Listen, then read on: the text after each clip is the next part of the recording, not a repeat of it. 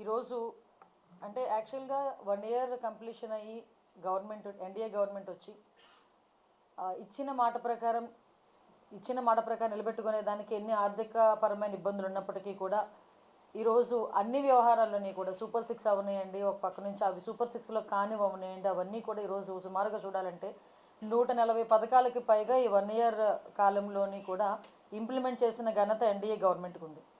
ఒక పక్క నుంచి మహిళల్ని గౌరవించటం, అదేవిధంగా విద్యార్థులకి ఉజ్వలమైన భవిష్యత్తుని ఇవ్వాలని ఒకే ఒక కారణంతో ఎన్ని ఆర్థిక ఇబ్బందులున్నా ఇచ్చిన మాట ప్రకారం తల్లికి వందనం కింద ఎంతమంది పిల్లలకు ఉంటే అంతమంది పిల్లలకి కూడా తల్లికి వందనం జమ చేయాలి అని ఒకే ఒక మనకి కారణంతో విద్యార్థుల భవిష్యత్తును దృష్టిలో పెట్టుకొని స్కూల్స్ ఓపెన్ చేసే నాటికి ఆ టైంకి ఎట్టి పరిస్థితుల్లోని వాళ్ళకి అకౌంట్లో డబ్బులు ఉండాలి అని ఒక మంచి ఉద్దేశంతో గౌరవ మానవ వనరుల శాఖ మంత్రి నారా లోకేష్ గారు ప్రత్యేకంగా దీని మీద దృష్టి పెట్టి ఎన్నో సమీక్షలు చేసి దగ్గర 67 లక్షల మందికి ఖాతాల్లోకి డబ్బులు వేసిన పరిస్థితి ఈరోజు మనం అందరం కూడా చూస్తూ ఉంటే దాన్ని కూడా జీర్ణించుకోలేక ఈరోజు ప్రతిపక్ష హోదా లేని ఒక ప్రతిపక్ష పార్టీ ఈరోజు నోటికి వచ్చినట్టు అరవడం చూస్తూ ఉంటే వాళ్ళ కడుపు మంట మనకి కనిపిస్తూ ఉంది.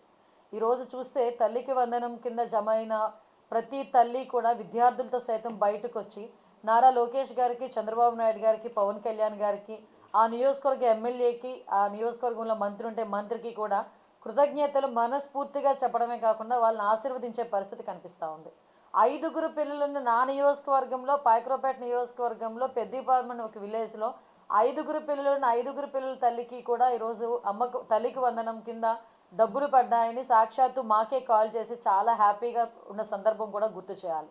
ఇవే కాకుండా ఈరోజు ఈ సంవత్సర కాలంలో కూడా లా అండ్ ఆర్డర్ విషయంలోని కూడా మహిళల భద్రతే ధ్యేయంగా పెట్టుకొని ఈరోజు ప్రత్యేకంగా వాళ్ళకి ఒక శక్తి యాప్ అని ఒక యాప్ని క్రియేట్ చేసి ఒక శక్తి యాప్ ద్వారా ఒక వాట్సాప్ కాల్కి కూడా ఒక నెంబర్ కూడా వాట్సాప్ ద్వారా కూడా వాళ్ళ కష్టాలు తెలియజేసుకోవచ్చని మహిళలకి ప్రత్యేకంగా విభాగాన్ని ఏర్పాటు చేసి మహిళల రక్షణ విషయంలోని కూడా పెద్దపీట వేసే విధంగా ఎన్డీఏ కూటమి ఈరోజు పనిచేస్తూ ఉంటే ఈరోజు దాని కడుపు ఏదో రగిలిపోయి మంచి పేరు వస్తుందని ఒకే ఒక కారణంతో మహిళల మీద కూడా ఇష్టానుసారంగా మాట్లాడే పరిస్థితి ఈరోజు తప్పించుకున్నారంటే ఒకసారి జగన్మోహన్ రెడ్డి ఆత్మవిమర్శ చేసుకోవాలి. జగన్మోహన్ రెడ్డి కన్నా ముందు ఆత్మవిమర్శ చేసుకోవాల్సిన వాళ్ళు ఎవరంటే ఈరోజు నేను ఏదో పేపర్లో చూశాను, వైఎస్ఆర్సీపీ మహిళా నాయకులందరూ కలిసి కూర్చొని ఏదో మీటింగ్ ఏర్పాటు చేసుకొని మా మీద ఏదో విమర్శిస్తున్నారంట. అంటే ఇక్కడ వాళ్ళు చేసిన విమర్శలకు మేము సమాధానం చెప్పాలి అన్నది కాకుండా వాళ్ళు ఆత్మవిమర్శ చేసుకోవాల్సిన కొన్ని సందర్భాలని గుర్తు చేయాలనే ఉద్దేశంతో కొన్ని విషయాలు వాళ్ళని అడగాలని నేను అనుకుంటున్నాను. నిన్నగాక మొన్న ఒక ఎందుకు పనికిరాని విధవ, సారీ టు సే, నేను కొన్ని సందర్భాల్లో నా పదవికి గౌరవం ఇచ్చుకొని కొన్ని పదాలు మేము బయటికి రాలేకపోతున్నాయి, కానీ అతను మాట్లాడిన మాటలు బట్టి మేము ఈ పదం కూడా ఉపయోగించాల్సి వస్తుంది. అమరావతి గురించి అంటే దేవతల రాజధాని అయినా ప్రజా రాజధాని అయినా అమరావతి గురించి, అమరావతి రాజధాని గురించి ఒక వేశ్యల రాజధాని అని మాట్లాడిన సందర్భం మీరు ఒక్కసారి ఆత్మవిమర్శ చేసుకొని ఇది కరెక్టేనా అంటే ఒక మహిళా నాయకురాలు, ఒక మాజీ మంత్రి చేసిన బయటకు వచ్చిన వ్యక్తి కొమ్మినేని శ్రీనివాస్ గురించి చేతులెత్తి నమస్కరించాలని మాట్లాడుతూ ఉంటే అసలు మీరు రాజకీయాలు చేయడానికి ఉన్నారా లేకపోతే ఒక మహిళగా గౌరవింపబడాలని ఉద్దేశంతో ఉన్నారో నాకైతే అర్థం కావట్లేదు. ఎందుకంటే అదే కొమ్మినేని శ్రీనివాస్ అనే వ్యక్తి, ఆ కృష్ణమరాజు అన్న వ్యక్తి కూర్చొని మాట్లాడుతూ ఉంటే దాన్ని ఖండించడం పక్కన పట్టి మీరు అలా మాట్లాడితే మళ్ళీ మీ మీద ఎవరైనా కేసులు పెడతారేమోనండి అని వ్యంగ్యంగా మాట్లాడిన తీరుని చూసి దాన్ని పట్టుకొని అరెస్ట్ చేస్తే దాన్ని కూడా రాజకీయం చేయడానికి చూసి 70 సంవత్సరాల వ్యక్తి మీద మీరు కేసులు పెడతారా, 70 సంవత్సరాల వ్యక్తిని తీసుకెళ్ళి అక్రమంగా అరెస్ట్ చేస్తారా అని మాట్లాడుతుంటే ఒక్కసారి రింగులు తిరిగి ఫ్లాష్ బ్యాక్లోకి వెళ్ళండి. ఒకసారి అంకబాబు గారికి ఎంత అండి వయసు? అంకబాబు గారు ఏం మాట్లాడారని ఆ రోజు అంకబాబు గారి మీద మీరు ఒక కేసు పెట్టి అర్ధరాత్రి సిఐడి వాళ్ళ చేత అరెస్ట్ చేయించారు. ఒక పెద్ద ఆవిడ 65 సంవత్సరాల పెద్ద ఆవిడ పోస్ట్ ఫార్వర్డ్ చేసినందుకు ఆవిడని ఏ రాత్రి మీద తీసుకొచ్చి సిఐడి వాళ్ళు తీసుకెళ్ళి ఆవిడని అరెస్ట్ చూపించడమే కాకుండా ఆవిడని ఎంక్వైరీ చేశారు. ఒకసారి గుర్తుపెట్టుకోండి. చంద్రబాబు నాయుడు గారికి వయసు ఎంత? ఆ రోజు చంద్రబాబు నాయుడు గారి వయసు గురించి మాట్లాడితే ఇదే కొమ్మినేని శ్రీనివాస్ అనే వ్యక్తి సాక్షి ఛానల్లో కూర్చొని డిబేట్లు ఇచ్చాడు. జయలలిత వయసు ఎంత, లల్లు ప్రసాద్ యాదవ్ వయసు ఎంత, ఇలాంటి వయసులు ఎంత అని చెప్పి మాట్లాడిన సందర్భం మీరు మాట్లాడారే. అంటే తన దాకా వస్తేనే కానీ నొప్పి తెలియదు అంటారనమాట. సో ఇదే కొమ్మినేని నేను ఎందుకు ఈ మాట పర్టికులర్గా చెప్తున్నానంటే ఇదే కొమ్మినేని శ్రీనివాస్ అనే వ్యక్తికి సుప్రీంకోర్టులో కండిషనల్ బెయిల్ ఇచ్చారు. అరే కొమ్మినేని శ్రీనివాస్ నిర్దోషి అని ఎక్కడ సుప్రీంకోర్టులోని జడ్జిమెంట్ ఇవ్వలే, కండిషనల్ బెయిల్ ఇచ్చారు. ఏమని కండిషన్స్ పెట్టారు ఒకసారి బెయిల్ పిటిషన్ కనుక చదువుకుంటే, కనీసం మీకు చదువు వచ్చి చదువుకున్నా లేకపోతే చదువు వచ్చిన వాళ్ళు చదివించుకున్నా అందులో ఒక పదం ఉంది, మీరు ఎటువంటి టీవీ డిబేట్స్ చేయకూడదు, ఇలాంటి పదాలు కూడా ఉపయోగించకూడదు, ఎటువంటి టీవీ డిబేట్స్కి హోస్ట్ కూడా చేయకూడదు అని చెప్పి కండిషనల్ బెయిల్లో ఉంది. అంటే అక్కడే సుప్రీంకోర్టు కూడా నిర్ధారించింది మీరు మాట్లాడారు, మీరు మాట్లాడిన తప్పు అని చెప్పి. దాన్ని సమర్థించుకుంటూ జగన్మోహన్ రెడ్డి నేను ఇంత పొడవును ట్వీట్ పెట్టాను. నాకైతే ఒక రకంగా చెప్పాలంటే ఒక ఆశ్చర్యం అనిపించింది. అరే ఇంతమంది మహిళలు రోడ్డు మీదకి వచ్చి నువ్వు మాట్లాడిన మాటలు తప్పు, నువ్వు క్షమాపణ చెప్పు అని మాట్లాడుతూ ఉంటే, సాక్షి పేపర్ మీద సాక్షి ఛానల్ మీద కూడా దుమ్మెత్తి పోస్తూ ఉంటే, కనీసం వాటి గురించి మాట్లాడడం మానేసి ఒక దుర్మార్గుడు 70 సంవత్సరాల కిందకు వచ్చినా కూడా మహిళను ఎలా గౌరవించాలో కూడా తెలియని ఒక నీచుడుకి సుప్రీంకోర్టు ఒక కండిషనల్ బెయిల్ ఇస్తే దాన్ని సమర్థించి చంద్రబాబు నాయుడు గారికి ఇదేదో ఒక రకమైన ఓటమి అని చెప్పి మాట్లాడి ఒక ట్వీట్ పెట్టాడంటే జగన్మోహన్ రెడ్డికి మహిళల పట్ల ఉన్న గౌరవం ఎలాంటిదో మనందరం అర్థం చేసుకోవాలి.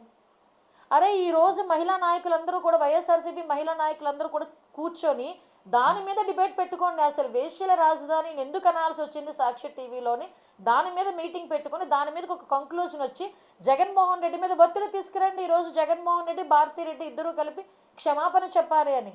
అరే మా గురించి మాట్లాడతారు, నేను రికార్డ్ పరంగా చెప్తున్నా, వీళ్ళు ఎమ్మెల్యేల కింద గెలిచిన వాళ్ళు కూడా ఈరోజు అసెంబ్లీకి రారు. అసెంబ్లీలో మా వాళ్ళు అడిగిన క్వశ్చన్కి కూడా నేను ఒకనొక సందర్భంలో క్వశ్చన్కి ఆన్సర్ చేస్తూ కూడా గత గవర్నమెంట్తో పోలిస్తే ఈ గవర్నమెంట్లో క్రైమ్ రేట్ తగ్గింది అని సాక్ష్యాధారాలతో విత్ ప్రూఫ్ నిరూపించా. ఈ రోజుకి కూడా చెప్తున్నా. ఏదో దిశ యాప్ గురించి పాపం లాస్ట్ ఆవిడ ఏదో మాట్లాడిందంట. అరే దిశ యాప్ ఒక సాక్షాత్తు జగన్మోహన్ రెడ్డి 1 కోటి మందికి పైగా రిజిస్ట్రేషన్స్ చేసుకున్నారంటే మేం బయటికి తీసుకొచ్చారా అది కాదు 30 లక్షల మంది కూడా లేరు అని చూపిస్తే, లేడీ అబ్బాయిల చేత కూడా అది రోడ్డు మీదకి వెళ్ళిపోతుంటే ఒకనొక సందర్భంలో నా కార్ ఆపి నా డ్రైవర్ని దిశ యాప్ డౌన్లోడ్ చేసుకొని పోలీసులు మాట్లాడిన సందర్భాన్ని కూడా ఈ సందర్భం గుర్తు చేసుకోవాలి. అరే దిశ యాప్ అని ఆ రోజు మహిళల గురించి అని పెట్టి మీరు ఆ రోజు పురుషుల చేత కూడా దిశ యాప్ని డౌన్లోడ్ చేయించుకున్న పరిస్థితి మీరు మర్చిపోయారేమో, ఇంకా ప్రజలు మర్చిపోలేదు, గూగుల్ తల్లి కూడా మర్చిపోలే. ఈరోజు మేము శక్తి యాప్ గౌరవంగా మేము డైరెక్ట్గా మేము చెప్తున్నాం 1,50,00,000 మంది రిజిస్ట్రేషన్స్ చేయించుకున్నారు. ఇందులో ఎలాంటి కేసులు వస్తున్నాయి, ఎలాంటి కేసులకి మేము రిఫర్ చేస్తున్నాము, అందులోని ఆఖరికి శక్తి యాప్లో ట్రావెలింగ్ అంటే పర్సనల్గా ట్రావెలింగ్ కూడా ఎక్కడైనా ఇబ్బంది పడితే వాళ్ళకి కూడా మేము ట్రావెలింగ్ అసిస్టెన్సీ కూడా ఇచ్చే పరిస్థితి కనిపిస్తూ ఉంది. ఫర్ ఎగ్జాంపుల్ యావరేజ్ని చూసుకున్న పర్ డేకి 2,000 మందికి పైగా కూడా ఈరోజు రిజిస్ట్రేషన్స్ చేసుకుంటున్నారు. అందులోని చాలామంది ట్రావెలింగ్ అసిస్టెన్సీ కూడా మమ్మల్ని అడుగుతున్నారు.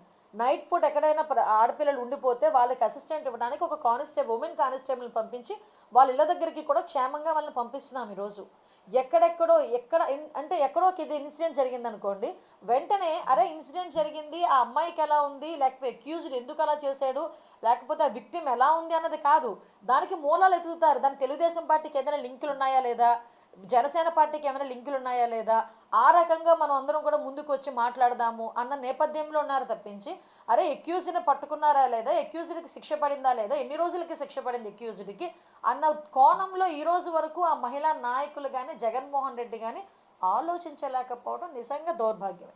అందుకే ఇందాక అన్నాను, ప్రతిపక్ష హోదా లేని ఒక ప్రతిపక్ష పార్టీ, ఒక పులివెందులకి మాత్రమే ఎమ్మెల్యేగా మిగిలిపోయిన జగన్మోహన్ రెడ్డి ఈ రోజుకి కూడా బుద్ధి తెచ్చుకోకుండా లా అండ్ ఆర్డర్లో ఏ రకంగానైనా దాన్ని ట్విస్ట్ చేయాలి, లా అండ్ ఆర్డర్ని విఘాతం కలిగించాలి అని చెప్పి ప్రయత్నాలు ఎన్ని నువ్వు ప్రయత్నాలు చేసుకో, నువ్వు తలకిందులుగా తపస్సు చేసినా ఇక్కడ చంద్రబాబు నాయుడు గారు ముఖ్యమంత్రిగా ఉన్నంత వరకు నీ ఆటలు మాత్రం సాగు. మొన్న పొగాకు రైతులు అన్నావు, అక్కడ రైతులు ఎవడైనా కనిపించాడా అండి మీకు? పొగాకు రైతులతో ఎవరితో ముఖాముఖి మాట్లాడాడా? ఆఫీసర్ని పిలిపించి పొగాకు గురించి మాట్లాడే పరిస్థితి. ఓకే వెళ్ళావు కేజీ పొగాకు ధర కూడా నీకు తెలియకుండా పొగాకు రైతులను పరామర్శించడానికి వెళ్ళిన ఆ పరామర్శ యాత్రలో నీ పేటీఎం బ్యాచ్ చుట్టుపక్కల ఉన్న 4-5 నియోజకవర్గాల నుంచి కూడా డంప్ చేసుకొని జనాలు మాకున్నారు అని చూపించుకోవడానికి డంప్ చేయించుకొని అక్కడ పోలీసుల మీద రాళ్ళు రువే పరిస్థితి కనిపిస్తూ ఉంది. అక్కడ మా పోలీస్కి ఒక అతనికి కుట్లు కూడా పడిన సందర్భాన్ని కూడా గుర్తు చేయాలి. ఒక మహిళా పోలీసుల మీద అక్కడ రాళ్ళు ఇసిరితే దెబ్బలు తగిలినాయి. అదే పరిస్థితుల్లో మా పోలీసులు కూడా ఒక్క క్షణం వాళ్ళు గనక వాళ్ళకి దెబ్బలు తగిలి అని చెప్పేసి పక్కకి వెళ్ళి ఏ లాఠీ చార్జ్ చేస్తే నీ కార్యకర్తలు ఎంతమందికి మీదకి అది ఇబ్బంది పడేదో ఒకసారి ఆలోచించావా జగన్మోహన్ రెడ్డి? అంటే మేము అదే దాన్ని రెచ్చగొట్టుకోవడానికే నువ్వు ఆ పోలీసుల మీద రాళ్ళు ఇచ్చే పరిస్థితి. అక్కడ శాంతియుతంగా ధర్నా చేస్తున్న మహిళల మీద చెప్పులు ఇసిరి రాళ్ళు ఇసిరి వాళ్ళ మీద నానా బూతులు వాళ్ళని తిట్టిస్తూ ఉంటే అక్కడ రెచ్చగొట్టే పరిస్థితి చేసావు.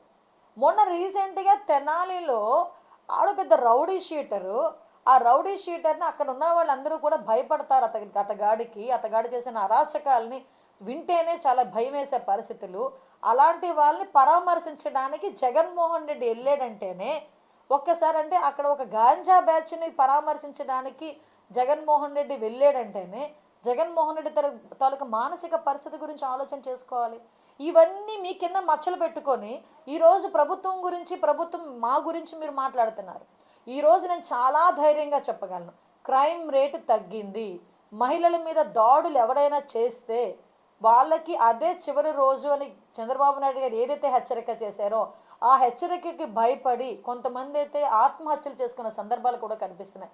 మొన్న రీసెంట్గా కడపలోని ఒక 3 సంవత్సరాల ఒక చంటి బిడ్డని చాలా అతి ఘోరంగా అత్యాచారం చేసి చంపిన నిందితుడి మీద ఇమీడియట్గా మేమందరం కూడా టీంలు వేసి అతన్ని వెతికించాలని చెప్పి టీంలు వేస్తే అతను ఎక్కడ శవమై తేలాడో మీ అందరికి కూడా చూశారు.